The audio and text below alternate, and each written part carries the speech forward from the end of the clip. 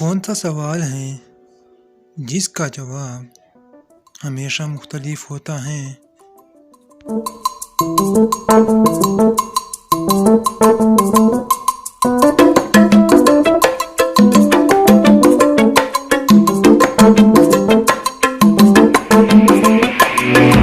वो किया है जिसका आने से पहले नाम और होता है, जब आ जाता है तो नाम और होता है, और जब आकर चला जाता है तो नाम और होता है।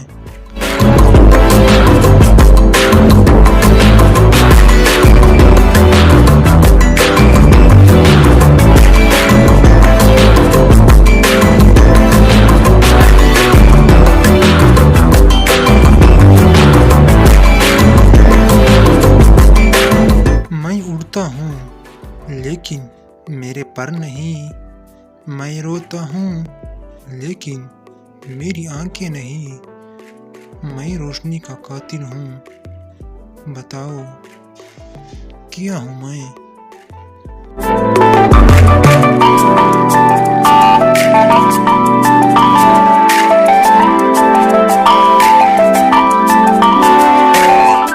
वो कौन सा लफ्ज़ है जो बहुत ही खतरनाक होता है?